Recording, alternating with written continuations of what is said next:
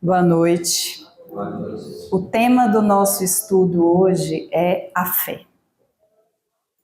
Há alguns anos atrás, eu participei de um curso e nele havia uma vivência. E a vivência era: eu estava de pé e atrás de mim tinham 3 pessoas que eu não conhecia, que eu nunca tinha visto.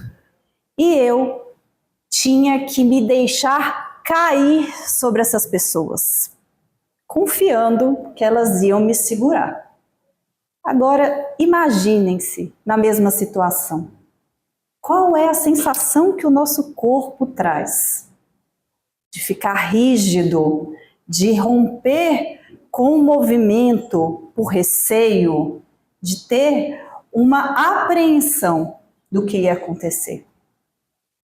Agora, se imaginem na mesma situação, mas atrás de você estão as 3 pessoas que você mais confia no mundo. A dinâmica do movimento é a mesma, a gente vai se deixar cair. O que muda é a confiança. Então, se a gente for pensar, o que é a confiança, né? A nossa proposta hoje é de tirar a fé de um sofá confortável de aceitação passiva e colocar a fé de pé, em movimento. A palestra é a fé que nos move. Se nós pensarmos na nossa linha evolutiva ancestral, os homens das cavernas, eles tinham que ter um alerta muito imediato. Aquele que ficava para poder apreciar o pôr do sol distraído, estava sujeito a ser devorado pelas feras. Então a nossa evolução biológica, ela traz a arquitetura do nosso desafio de confiar. Por que que existe contrato, senha de banco, cadeado? Tudo isso se liga a esse confiar. E como isso se desenvolve na nossa vida atual?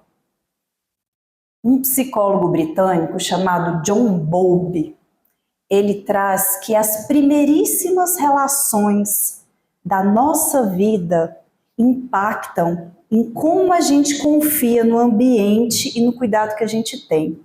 Ou seja, uma pessoa que teve cuidadores, seja pai, mãe ou outro cuidador, em que ela não se sentiu acolhida, atendida, que ela não confiava ali naquele vínculo, existe uma tendência disso se perpetuar durante a vida adulta. E a nossa forma de ver o alcance do espiritismo, a gente sabe que esses vínculos não começaram nessa vida. Se nós viemos com as pessoas que são os nossos cuidadores de outras histórias, de outras encarnações, nós estamos falando de uma confiança que ela é desenvolvida durante todas as eras da humanidade, do nosso espírito. Então, a biologia e o ambiente, eles preparam o palco, mas a peça já vinha sendo escrita há muitos e muitos anos. E a gente pensa, né? Então, qual que é a diferença de fé e crença? A crença é uma aceitação mental, passiva. Às vezes isso vem sendo trazido de outras gerações. Tem uma anedota que ela diz assim: a mulher sempre preparava um assado que ela dizia que tinha aprendido com a avó e ela cortava as pontas do assado. Ou seja, um tanto da carne ia embora ali. E aí ela perguntou: mãe, por que a minha avó ensinou assim? Aí a mãe falou assim: porque é da nossa família, é uma tradição, é assim que tem que ser. E aí um dia essa mulher encontrou a avó e falou: vó, por que que a senhora orientou as nossas gerações a sempre cortar as pontas do assado? E ela disse assim, não, minha filha, não teve isso não. É porque a minha assadeira era pequena, então eu tive que cortar as pontas para caber. A crença, ela não passa pelo crivo da razão. Ela entra no lugar que é trazer essa aceitação mental passiva para a fé, que é uma força viva que transforma o comportamento. Então é como se fosse assim, a crença é você se matricular na academia. Agora, a fé é você ir lá todo dia levantar o peso.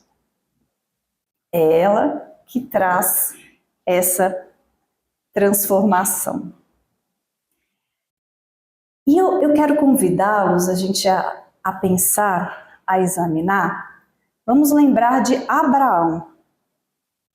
Imagine que Deus falou, Abraão, deixe a sua terra e a sua família e vá em direção à terra prometida. Ah, e mais, sacrifique o seu filho Isaque. Vocês imaginam se Abraão questionasse Deus? Mas Deus, como assim? Deus, mas por quê? Como? O que ele fez? Ele se entregou. E a gente pode pensar, mas será que isso é uma crença? Uma fé que não foi raciocinada? A gente vai chegar lá. Maria, quando recebeu o anúncio do anjo dizendo que ela ia dar à luz ao Verbo encarnado, ela questionou. Ela aceitou. Lembremos dos primeiros cristãos, e aí tem uma passagem no Evangelho que ele diz assim, no Evangelho segundo o Espiritismo, né? Ébrios de amor, os primeiros cristãos desciam ao circo para serem devorados pelas feras famélicas. Imagine que fé é essa. As pessoas prestes a ser devoradas, né? E aí nos livros, na série de Chico, traz cantando louvores, muitas vezes. Esse é um ideal de fé. A gente está falando da fé natural, que é um processo que a questão 4 do Livro dos Espíritos diz assim, onde se pode encontrar a prova da existência de Deus? Onde que a gente encontra a prova da existência de Deus? A resposta é num axioma, e axioma é uma verdade evidente por si mesma, não precisa de demonstração, não precisa de prova, tá? Então, no axioma que aplicai às vossas ciências, não há efeito sem causa. Procurai a causa de tudo que não é obra do homem e a vossa razão responderá. Observemos a natureza, o movimento dos ciclos. Tudo isso é a prova de Deus se manifestando. E a questão 5 continua. Que dedução se pode tirar do sentimento instintivo que todos os homens trazem em si a existência de Deus? E a resposta é a de que Deus existe. Pois, de onde lhes viria esse sentimento se não se apoiasse em nada? É ainda uma consequência do princípio de que não há efeito sem causa. Então, a nossa fé natural é uma certeza interior, que ela não depende de uma educação formal ou pregações religiosas para existir. Está no instinto, no nosso DNA divino. O Livro dos Espíritos nos traz isso de uma forma muito clara. A questão 354 do Livro Consolador, Emmanuel traz assim: conseguir a fé é alcançar a possibilidade de não mais dizer eu creio, mas afirmar, eu sei, com todos os valores da razão, tocados pela luz do sentimento. A verdadeira fé, ela não exige a renúncia da nossa inteligência, mas o uso pleno da lógica associada à razão da sensibilidade do coração. É um encontro dos dois. Quando Kardec traz no Evangelho segundo o Espiritismo que a fé inabalável é somente aquela que consegue encarar a razão frente a frente em todas as eras da humanidade, nós vemos que, pela nossa doutrina, a fé espírita resiste às coisas. E é aquela que compreende o mecanismo da vida, das leis divinas. E o Espiritismo propõe que a fé legítima não tem medo da ciência. Não tem medo. E se a gente observar hoje a nossa forma materialista de ver o mundo, vem sendo comprovado em muitos estudos o quanto a fé ela auxilia, inclusive, no nosso sistema nervoso central, no sono, diminuição de estresse. São muitos pesquisadores em universidades e instituições do mundo inteiro trazendo estudos que auxiliam na recuperação de cirurgias, de condições debilitadas. Então veja que quando o Kardec coloca na Gênese que quando a ciência encontrasse um ponto que o espiritismo ali não alcançasse, que a gente deixasse o espiritismo e fosse pela ciência. Mas a ciência vem provando o contrário. Ela vem trazendo a comprovação que a espiritualidade está no nosso mundo o tempo inteiro, não tem uma desconexão. Os egípcios antigos, eles diziam isso, não tem o momento de orar, o momento de pensar nas outras coisas, está tudo interligado. A vida é um mistério da natureza, é um mistério da fé, e a gente exerce isso o tempo inteiro, desde as mínimas partículas, do átomo ao arcanjo, ali a gente observa que isso se faz vivo, se faz movimento. E no Livro dos Espíritos também diz assim, a fé cega em excesso é prejudicial. O que é o excesso? Tem aquele filme, que tem o livro também do Alto da Compadecida, que o Chicó diz assim, não sei, eu só sei que foi assim. Que é isso, que essa fé natural que traz o instinto, que é a porta de entrada para a gente poder adentrar uma fé mais profunda. É como se nós estivéssemos num quarto escuro. Quando você entra num quarto escuro e não conhece onde você está pisando, está sujeito a ele esbarrar em alguma coisa, tropeçar, bater. Agora imagine que a fé, a dimensão da nossa fé, é como se a gente colocasse uma luz bem fraquinha naquele quarto. E aí essa luz ela vai aumentando. Quanto mais essa luz aumenta, mais a gente percebe onde a gente pode pisar, quais são os obstáculos que estão à nossa frente. Mas a sintonia vai ficando afinada, para a gente poder entender como se relacionar com o mundo. E esse lugar de relacionamento é o que o Novo Testamento nos traz de fé. Algumas traduções trazem a palavra fidelidade. O que é fidelidade? É um relacionamento com Deus. A fé é um relacionamento com o superior. E aí eu trago para a gente poder pensar.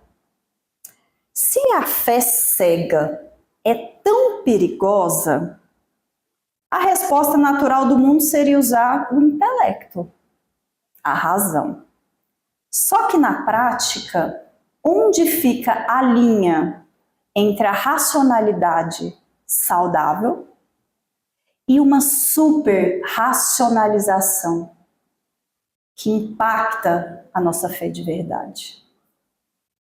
Então existe a fé raciocinada e a fé racionalizada.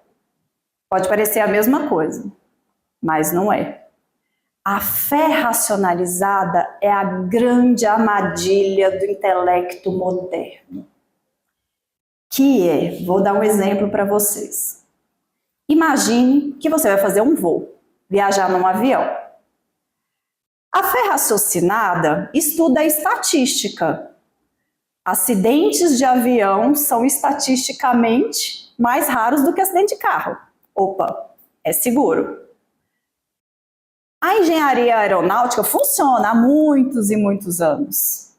A tripulação é preparada para voar. Ok, confia no processo e viaja em paz.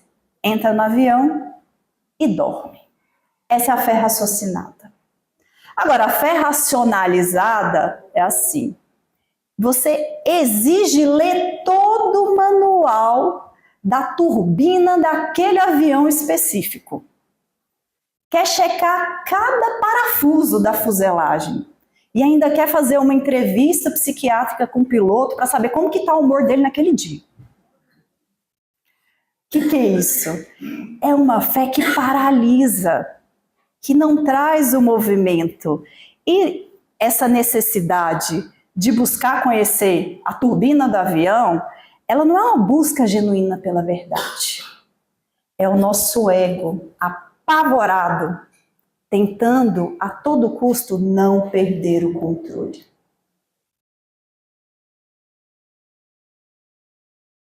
Então a razão, ela ilumina a estrada, com certeza, mas é a entrega emocional que faz as nossas pernas se moverem para frente.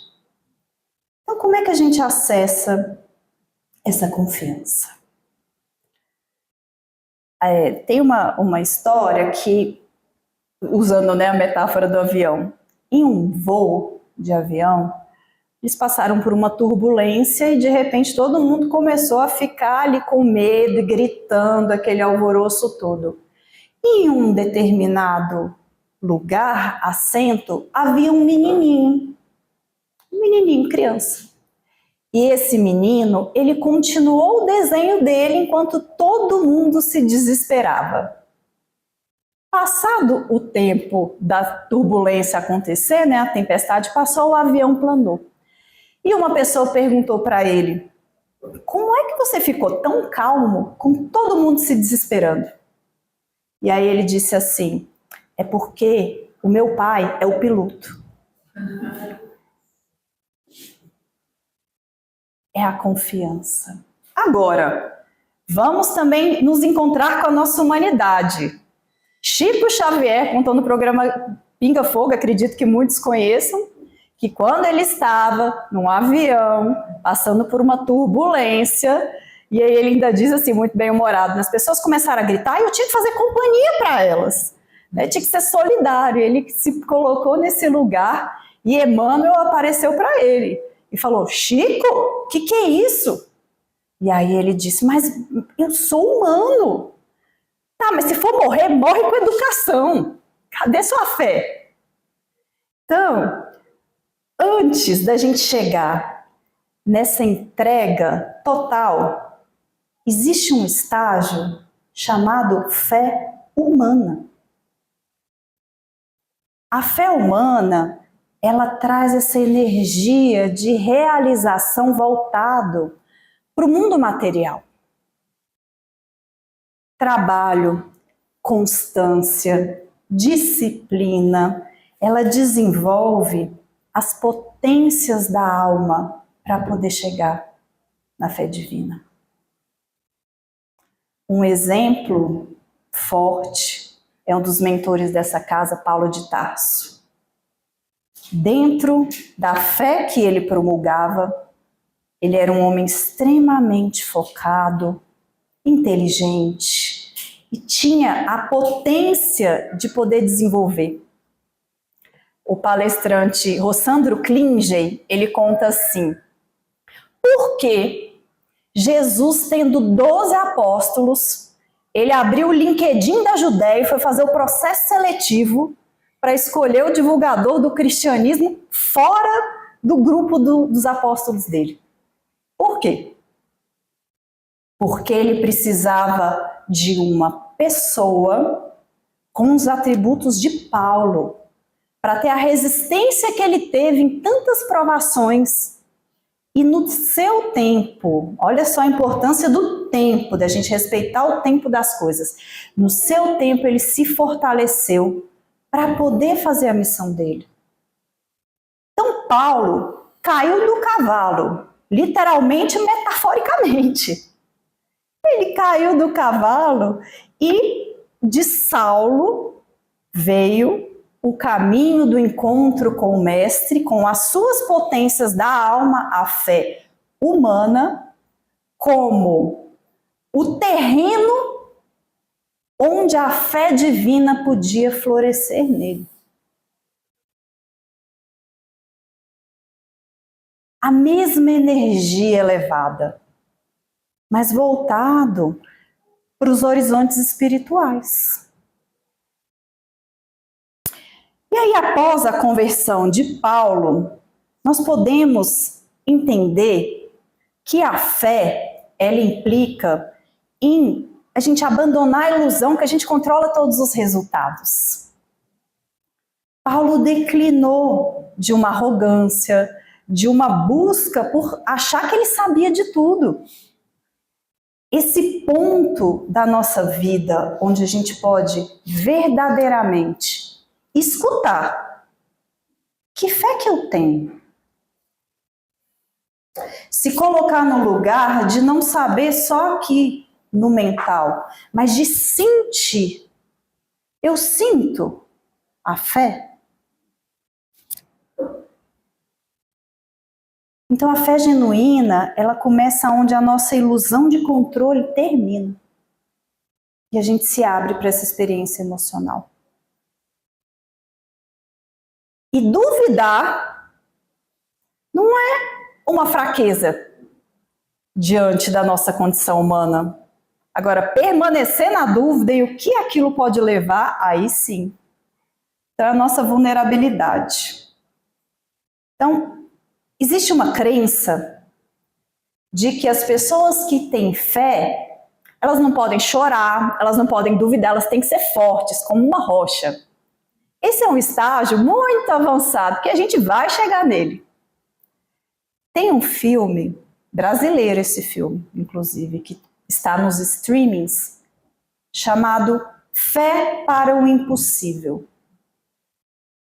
Esse filme mostra um líder religioso cuja esposa teve um acidente trágico e ela entrou em coma, numa situação muito delicada. Quando ele chega no hospital, os médicos dizem assim: a sua esposa tem 3% de chances de sobreviver. E ele disse: glória a Deus. Graças a Deus. Os médicos olham assustados e falam: que homem é esse? Glória a Deus. Nesses 3%, doutor, que eu vou me apegar. Só que a experiência dele com a família dele era de uma fé que não podia sentir. Então ele dizia para os filhos: não chora, Deus está no comando, vai dar tudo certo, ela vem ficar boa.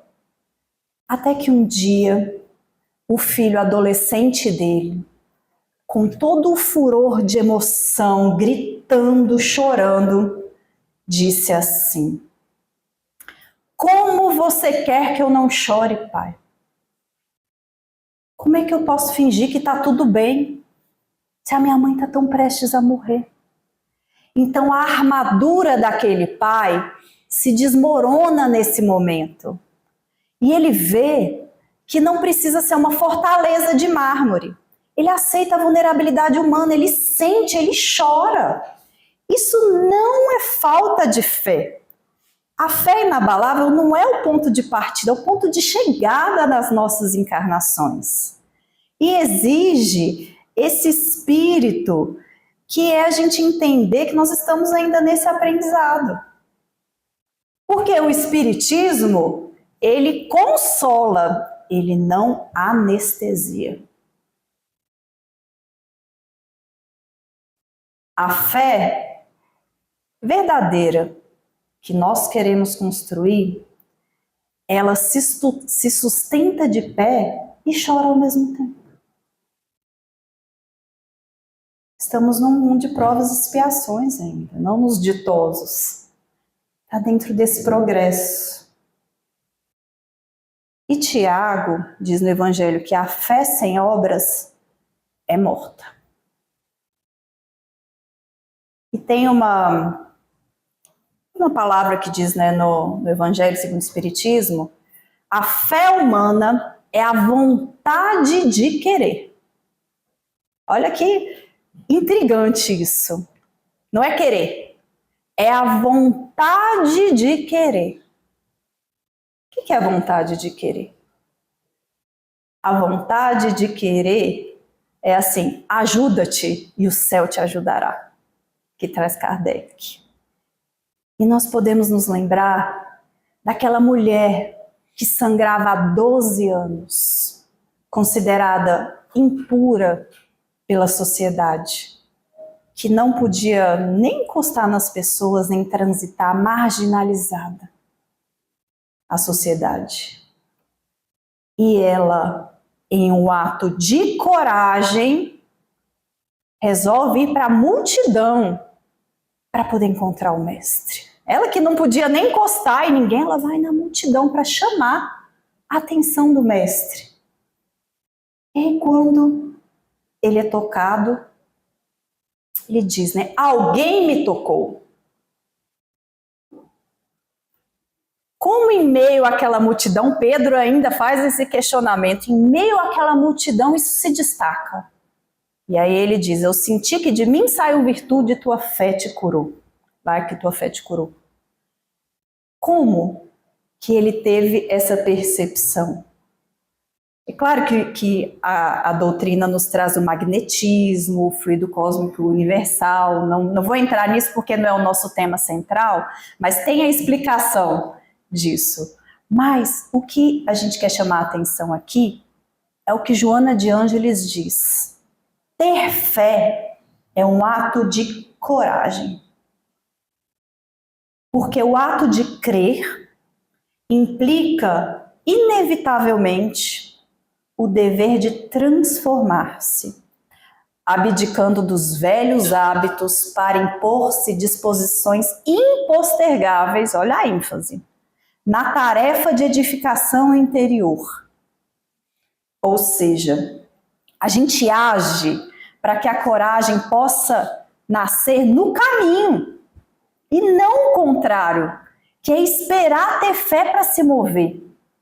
É um processo que acontece de uma maneira dinâmica.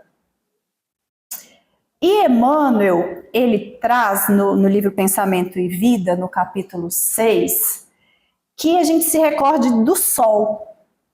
O Sol, o astro do dia, né, como ele diz, distribui equitativamente todos os recursos que ele dispõe. Só é democrático, ricos e pobres, em todos os lugares, alguns lugares o Sol se apresenta menos, outros mais, mas os recursos estão à disponibilidade de todos, disponíveis para todos. E ele dá o exemplo de uma lente. Sabe aquelas lentes de aumento? O que aquela lente faz? Ela pega o reflexo ali do Sol, né, por um mecanismo chamado refração, uma lente mais grossa nas bordas, mais fina no meio, e através da convergência desse poder do Sol, se você coloca ali uma lente em um lugar para ler, aquilo se amplia, tem um foco, fica maior. É como se a incidência da luz do Sol ficasse mais apurada onde você coloca a lente.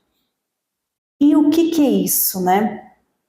É a nossa capacidade de acessar todos esses recursos que estão aqui para nós e convergir a nossa fé, para que a gente tenha a energia possível para poder movimentar. E assim a nossa fé cresce.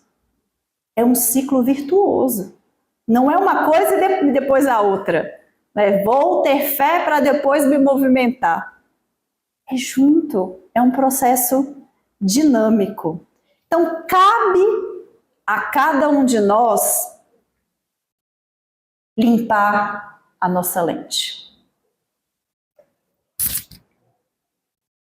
E posicionar ela direitinho para a gente concentrar essa luz do sol que está meio dispersa e concentrar, gerar calor e transformação onde a gente precisa.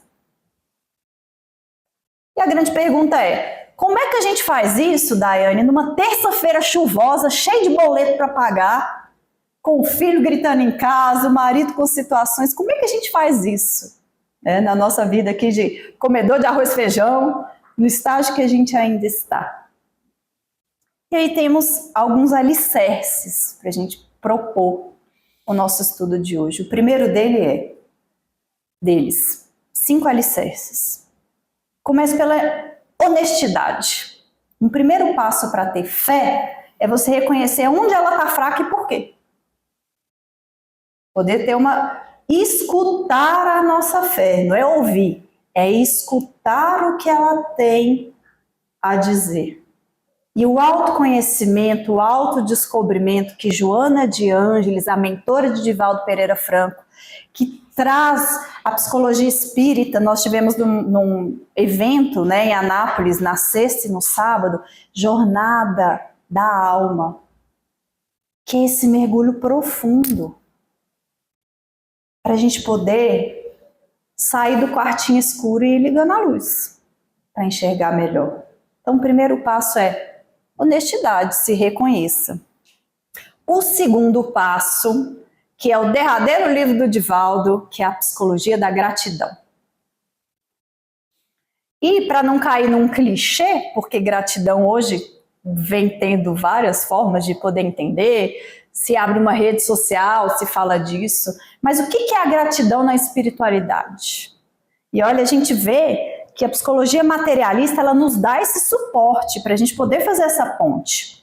Existe um psicólogo chamado Robert Emmons, e ele diz assim, que a prática regular da gratidão, ela reconecta o nosso cérebro à percepção de que deu certo. O que significa isso? Ele traz assim, efeito ARC, A-R-C.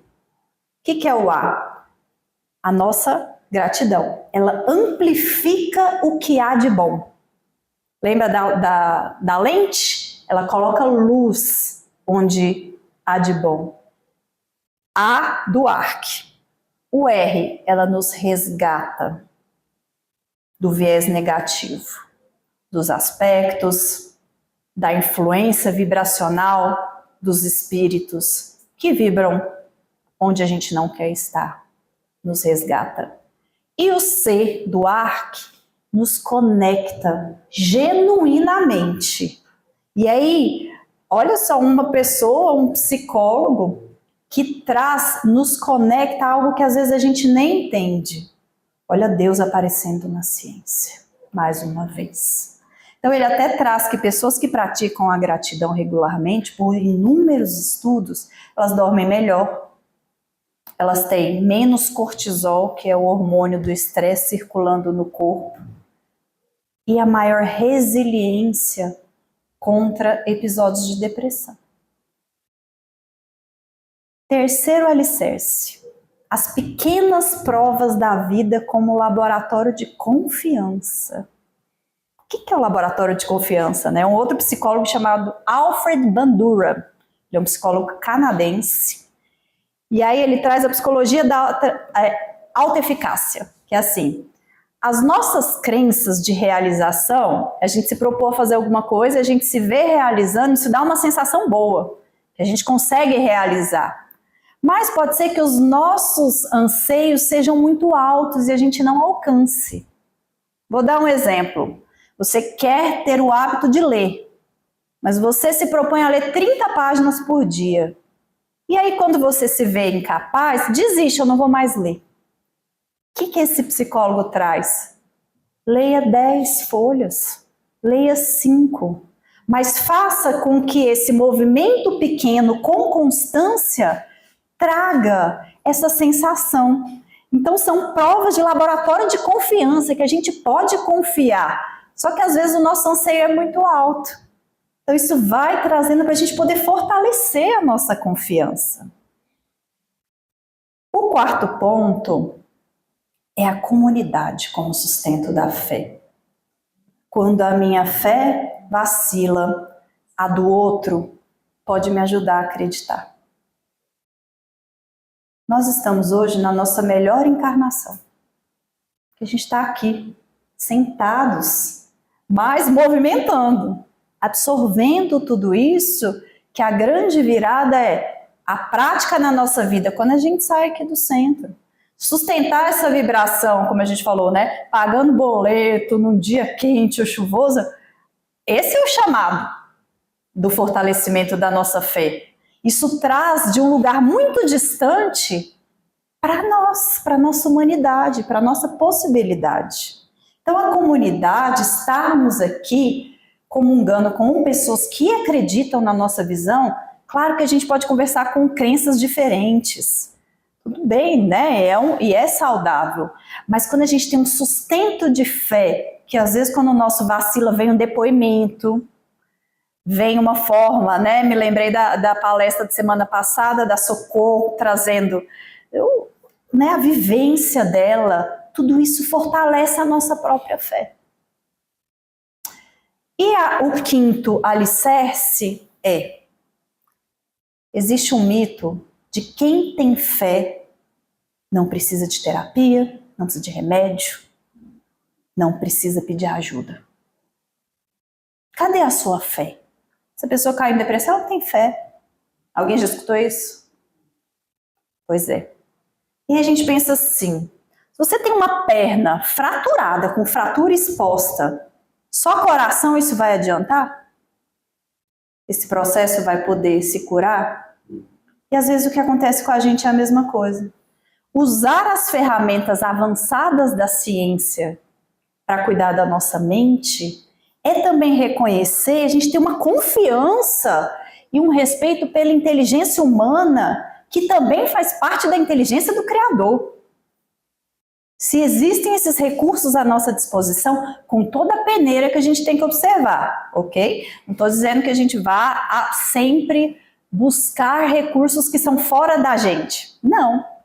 Mas se você sente que precisa de ajuda, esses são caminhos, pela medicina dos homens, que também vão impactar e fortalecer a nossa fé. É um processo, né? Porque, lembrando que as montanhas que se movem, como Jesus traz, são as resistências, a má vontade, as dificuldades, são montanhas que estão dentro de nós, os preconceitos. Isso que a fé move montanhas. E para nós concluirmos o nosso estudo de hoje, eu quero trazer esse trecho de Fonte Viva, capítulo 39. Emmanuel, através de Chico Xavier. Ele diz o seguinte: a fé na essência é aquele embrião de mostarda do ensinamento de Jesus, que em pleno crescimento, através da elevação pelo trabalho incessante, se converte no reino divino, onde a alma do crente passa a viver. Uma semente, ela é enterrada fundo na terra escura. Ela não tem garantia que ela vai ver a luz do sol. Imagina, ela está lá presa no escuro, existe a pressão do solo sobre ela, num ambiente frio, úmido e isolado.